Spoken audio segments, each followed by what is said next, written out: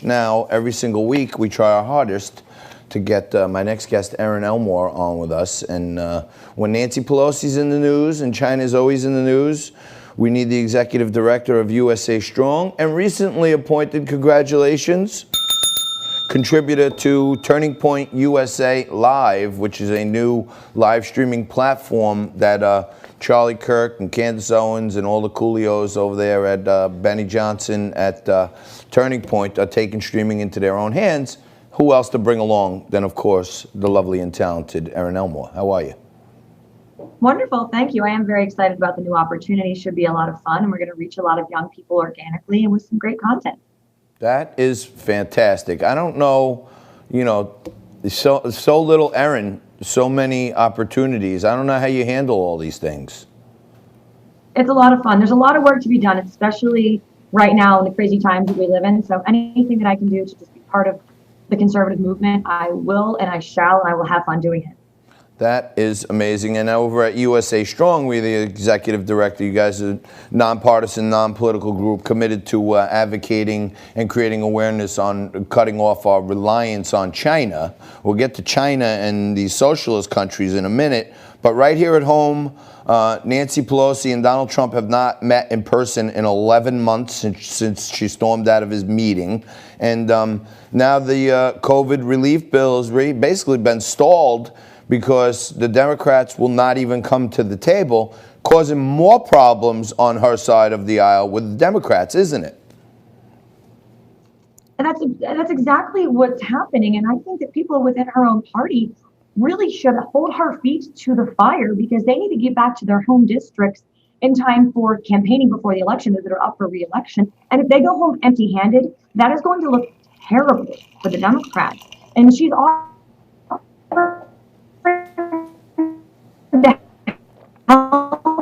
in what way? It doesn't really support, but what solution is she really offering? And I think that's a tremendous concern on the other side of the aisle. Now, I think we're going to get into it a little later on that, she's been under attack even from, Jim Cramer on CNBC smashed her around a little bit yesterday, and that's usually home court game for them. But there's a lot of refugees coming in from socialist countries, right? And they're warning us, don't let this happen here. I had Luisa Diaz, former Miss Venezuela, on a couple of weeks ago, and she was from Venezuela, and she talked about how it was rich, and the socialists came in, and now they can't even get food. These people are thrilled to be here, and the left doesn't want to even hear their warnings. Well, it's almost like on the left, they don't think through their actions. So they want open borders. We allow more people to come in our country. And those people that have come from places like Cuba and Venezuela, I've met people from both, and they say, please do not allow socialism to overrun the democracy of the United States. The Maduro diet. It's getting crazy about a minute. I think we're having a little connection issue with Erin, but she's there. She'll pop back in, I'm sure, in a moment.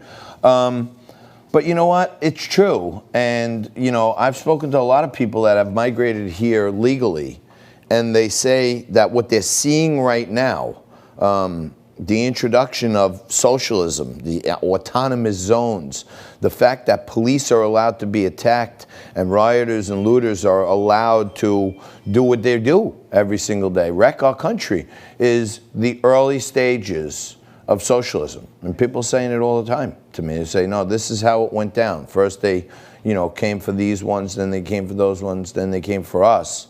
And little by little, we're seeing it here. And that's honestly why I'm wearing this jacket today. And might I add, this particular jacket comes from my good friend Jimbo over at Jimbo's Custom Blazers. And you got to check him out. He's got the hottest colors, the hottest sizes. He makes it special just for you. And I have a couple of other ones. My brother has one. And, well, I think she doesn't have a Trump jacket yet, but she's getting one. She's back again with us, Erin Elmore. Sorry about that. How are you? I'm so sorry about that. As we know, in these crazy times, crazy things can happen. But if you wanted to go back to what we're talking about, we were talking about all of these communist and socialist countries and people that have come here to the United States and don't want that to happen here. You want to still talk about that? I love it. Unless you want to talk about Joe Biden going on stage yesterday in front of a Latino audience and playing Despacito. So Joe Biden yesterday went in front of a Latin audience trying to win over that vote in the alleged swing state of Florida. Having lived in Florida, I don't find it to be too swingy. But it was almost, that's up for debate. Depends on what type of Florida, what part of Florida you're in, because it gets swingy somewhere in the middle sometimes, you know, Florida. A little bit of Orlando and a little bit of Miami. But if you go up into the Panhandle or even like in Jupiter, Palm Beach, it's pretty red. But yeah, I hear you. It just doesn't feel very swingy to me. But you know what this moment reminded me of, Mr. Tobacco? It reminded me of Hillary Clinton saying she had hot sauce in her bag. Yeah. It's so pandering and so condescending and so rude. And it's not going to play well with the Democrat voter. That's what I think. And by the way, I found it funny because I, you know, speak a moderate Spanish. Despacito means slowly. Despacito means slowly. So here's Trump calling him Slow Joe all the time, and he goes up there and plays the song. He does everything slowly, Erin. I mean, the irony is not lost on me that Despacito means slowly. And poquito español para mí as well. So, but yes, I don't think there's a lot of thought that went into this process. And by the way, he just looked so out of place and out of touch playing it on his phone and made some strange comment afterwards. I truly feel bad for Joe Biden, and I don't think he's going to make it to the debates. I'm not sure at all that he is going to be able to get up there on stage and compete with President Trump. I think his slip has gotten worse over the last 2 to 3 months. I don't think he can handle himself for a half hour, let alone an hour. Mark my words, one of two things is going to happen. One, he's going to get coronavirus, which I don't think he'll really have it. He'll get coronavirus. That's to get what out I'm of the predicting. debate. Or two, he's going to say, I'm not dignifying Donald Trump with the debate. He doesn't deserve my time. Something is going to happen to get him out of these debates. I completely agree with you. Right here on Biz TV, I just found out yesterday that we got approved to carry the live feed of the debates. And the CEO has asked me to anchor the pre and post debate coverage for Biz TV. So maybe at some point that night you can come on with me and give me your expert observations if it actually happens. Yeah. Today is National Guacamole Day, in case anyone cares. I don't know, Erin, I'm sure you're quite fit and healthy. You must like some guac every so often. Tell me in our last couple of minutes here, Turning Point is this growing phenomena. I know you were an ambassador from really early on. You're committed to all Republican and conservative Trump causes. What's the next iteration here now that you're a contributor to Turning Point for their live streaming? What's going to be happening there? So at Turning Point USA, I'm a huge fan of how we reach the young people. And Charlie Kirk has been such an inspiration to me and so aspirational to me that what I want to do is I just really want to deliver content that young people need to see that they're not getting from the mainstream media. We know that the mainstream media is so skewed towards the left. We want to just bring that conservative commentary home to people that want to have it. And we're going to give it to you in digestible, easy bites of information that you can get on social media, on our website, and just share it with your friends, talk about it, engage in the comments. And it's really great young people talking about great things. We are anti-socialism, we are pro-democracy, we are for the Constitution, and we love America. And that's what we really want to share with everyone at home. I saw Morgan Zegers is also one of the new contributors. She's a Liquid Lunch alumni, so I'm happy to see that they are finding the great people like we know. All right, so, I mean, you're everywhere now. You got the right angles. Right? You got your one show to Right Angles. Now you're the Turning Point live contributor.